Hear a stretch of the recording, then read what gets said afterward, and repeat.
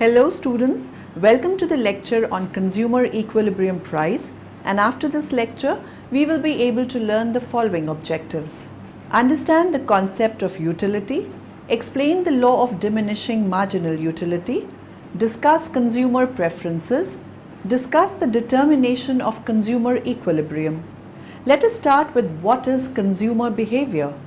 The behavior of the consumer, where the one decides with regards to select, purchase and then consumption of goods as well as services for the satisfaction of their needs and want, is known as consumer behavior. What is equilibrium price? There is only one price at which the preferences of sellers and buyers meet together.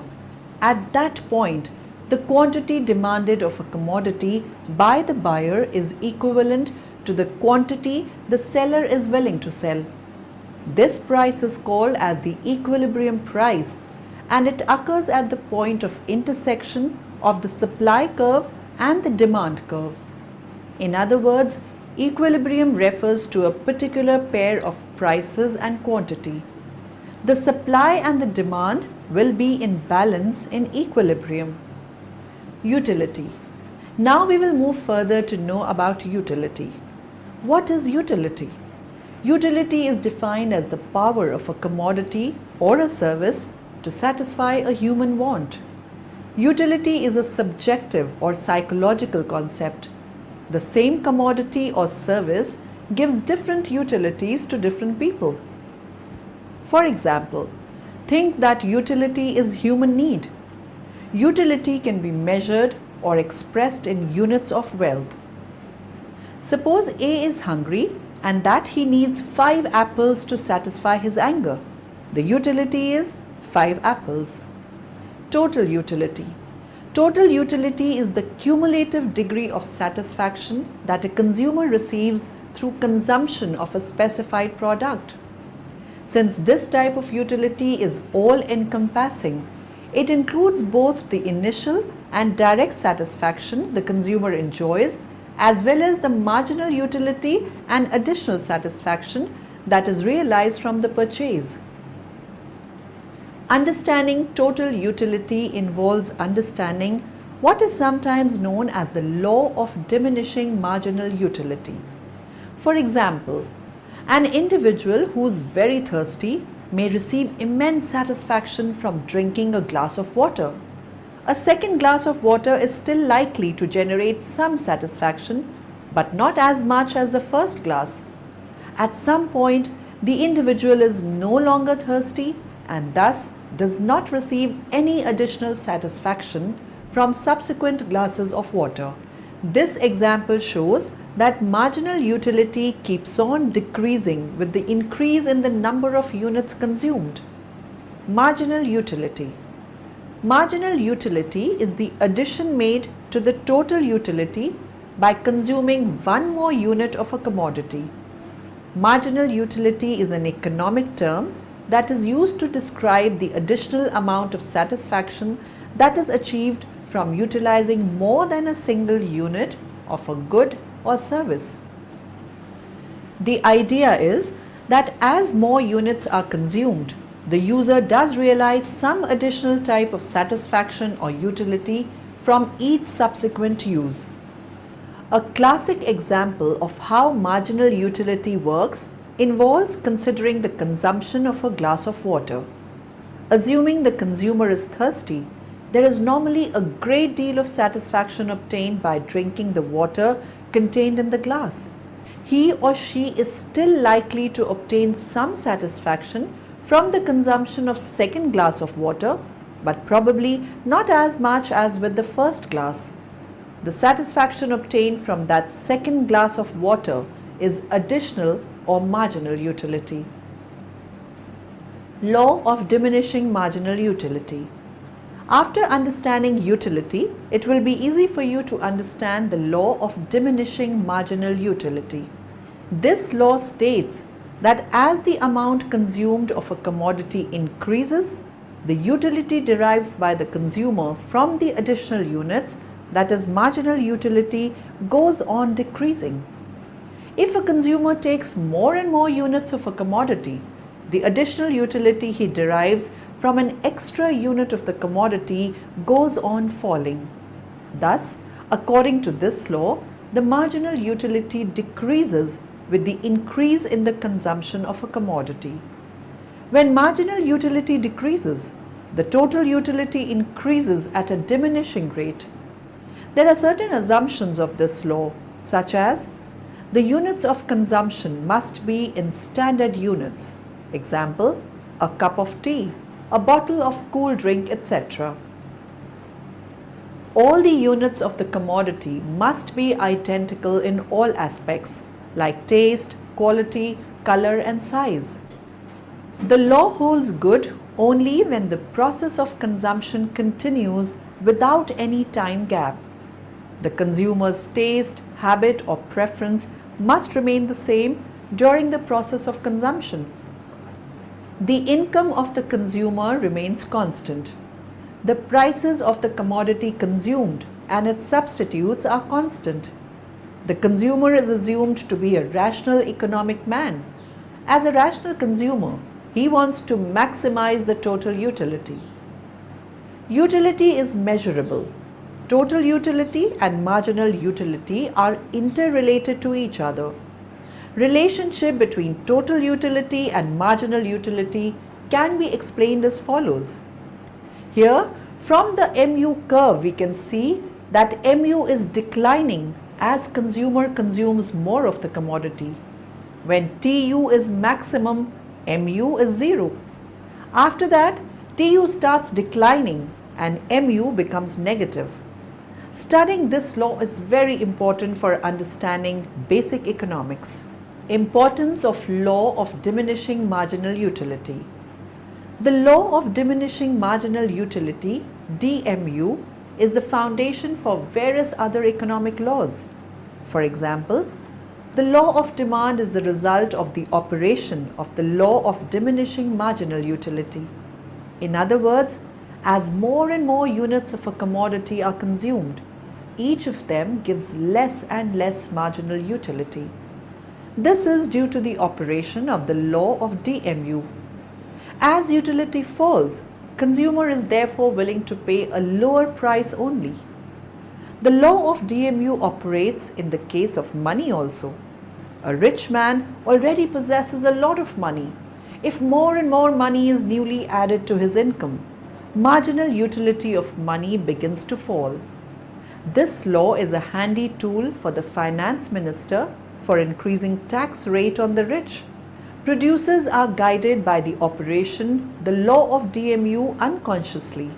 They constantly change the design, the package of their goods so that the goods become more attractive to the consumers and they appear as new goods. Apart from advantages, this law is also having some criticism, which is as follows. The law of DMU is criticized on the following grounds. Deriving utility is a psychological experience when we say a unit of X gives 10 units of utility. This means that utility can be measured precisely. In reality, utility cannot be measured. For example, when a person sees a film and says it is very good, we cannot measure the utility he has derived from it. However, we can measure utility indirectly by the cinema fare he is willing to pay. The law is based on a single commodity consumption mode. That is, a consumer consumes only one good at a time. This is an unrealistic assumption. In real life, a consumer consumes more than one good at a time. According to the law, a consumer should consume successive units of the same good continuously. In real life, it is not so. The law assumes constancy of the marginal utility of money. This means the marginal utility of money remains constant even when money stock changes. In real life, the marginal utility derived from the consumption of a good cannot be measured precisely in monetary terms. As utility itself is capable of varying from person to person, marginal utility derived from the consumption of a good cannot be measured precisely. consumer preferences. I hope you understood this concept that I just explained. Now we will move further and study consumer preferences. The underlying foundation of demand, therefore, is a model of how consumers behave. The individual consumer has a set of preferences and values whose determinations are outside the realm of economics. To make it more clear, we need to know about some concepts which are as follows. In India, consumers generally face a number of problems. They include non-availability of goods, adulteration, hoarding, black marketing, deceptive and misleading selling techniques, and false warranties or guarantees, etc. Today, we are going to study the factors leading to consumer exploitation. At first, we will come to know about different factors leading to consumer exploitation. Point 1. High prices. Sometimes, artificial shortage of commodities is created in the market. The producers and suppliers do not release enough supplies of goods in the market. Consumers are forced to buy the commodities at a high price. Point 2. Poor quality of goods. There is a general feeling that in India, the quality of goods or services has been declining. Manufacturers, in expectation of greater profit, increase production but neglect the quality aspect of production. Many reputed firms have their own quality control departments, but the number of such firms is very limited. The quality of the products can be deteriorated due to impure or poisoned material used in production. Such adulteration is very dangerous to health. Like, if we drink poisoned milk in the morning, then what will happen? We will fall sick. The theory of the consumer. Consumer makes decisions by allocating their scarce income across all possible goods in order to obtain the greatest satisfaction. Formally, we say that consumers maximize their utility subject to budget constraint. Utility is defined as the satisfaction that a consumer derives from the consumption of a good. As noted above, utility's determinants are decided by a host of non-economic factors. Consumer value is measured in terms of the relative utilities between goods. These reflect the consumer's preferences. Theory of consumer preferences. Consumer preferences are defined as the subjective, individual tastes as measured by utility of various bundles of goods. They permit the consumer to rank these bundles of goods according to the levels of utility they give the consumer, commodity bundles.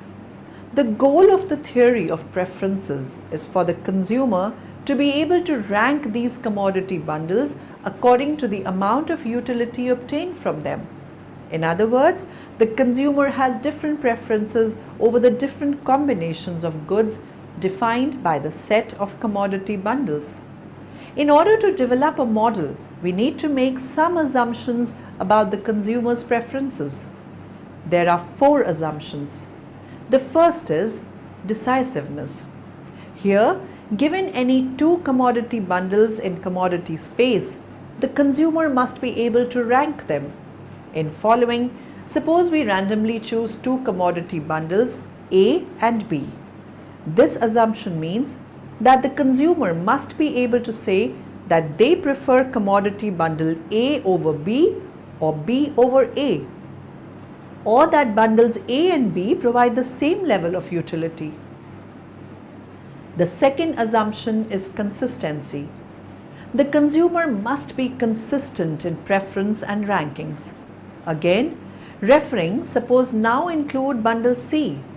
Let the consumer prefer commodity bundle A over B and also commodity bundle B over C. Then by this assumption, the consumer must prefer A over C. The third assumption is non-satiation. In other words, more is always better than less.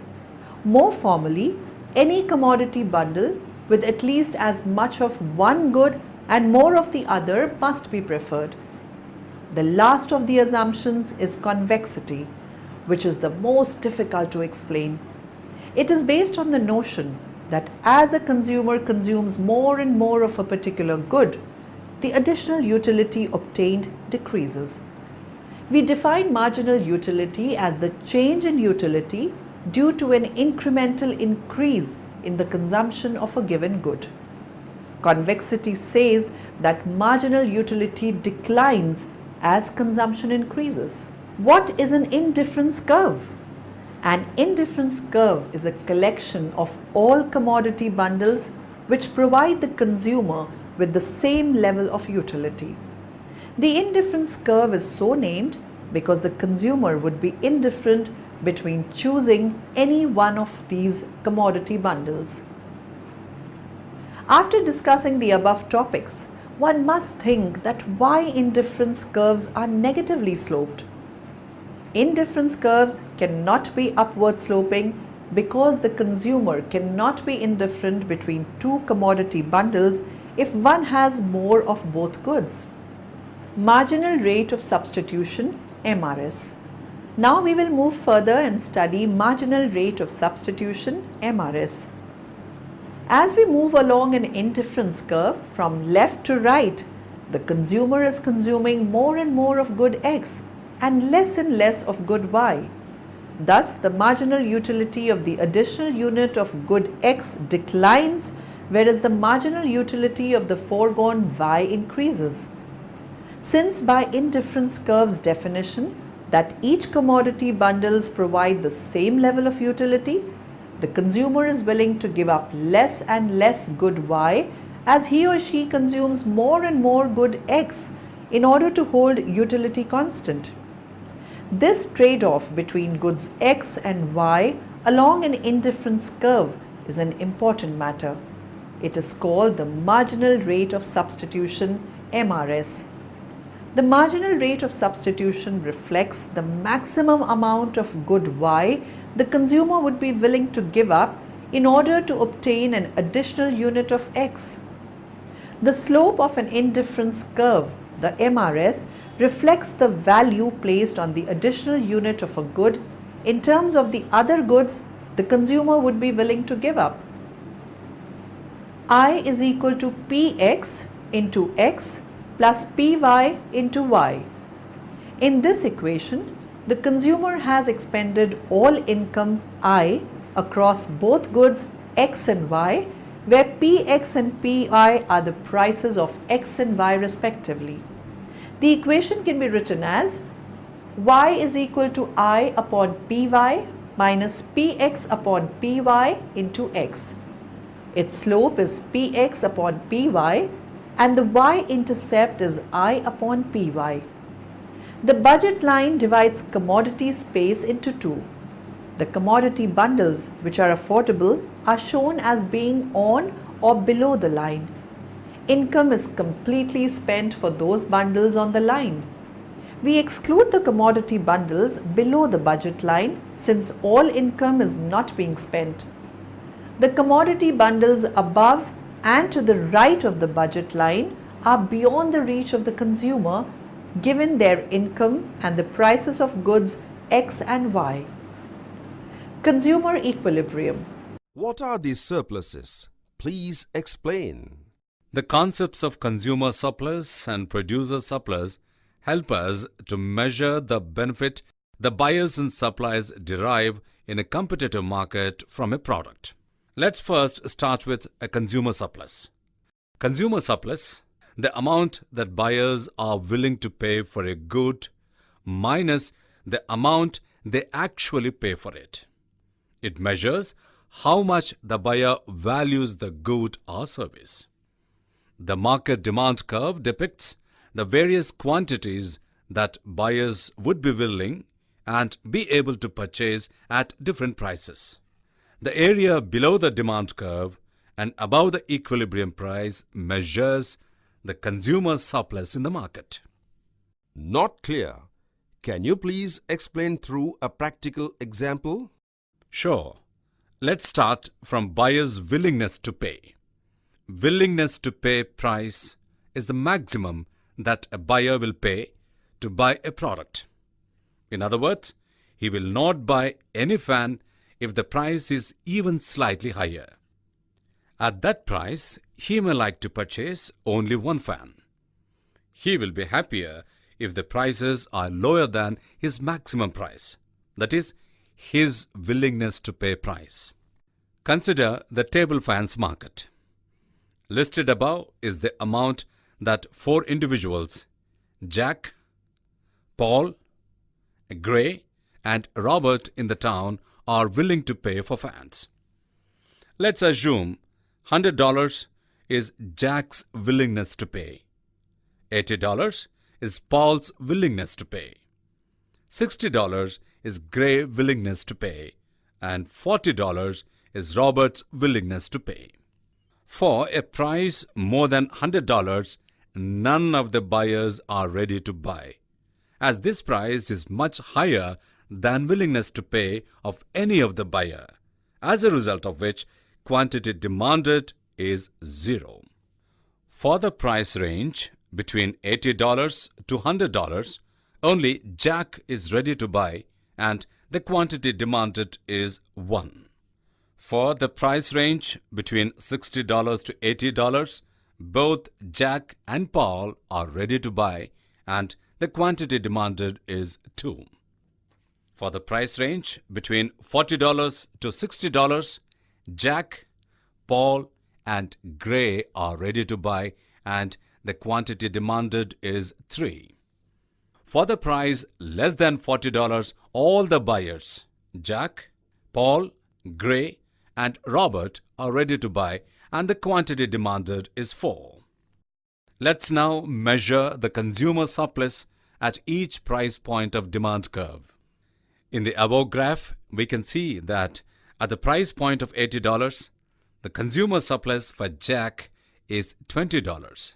That is, willingness to pay price minus actual price, which is 100 minus 80, results in $20.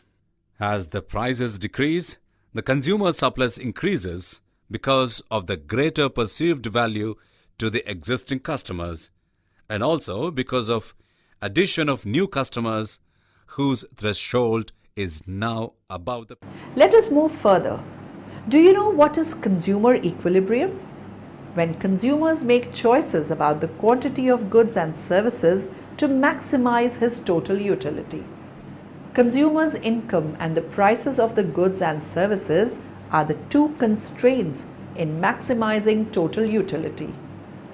The solution to the consumer's problem, which entails decisions about how much the consumer will consume of a number of goods and services, is referred to as consumer equilibrium.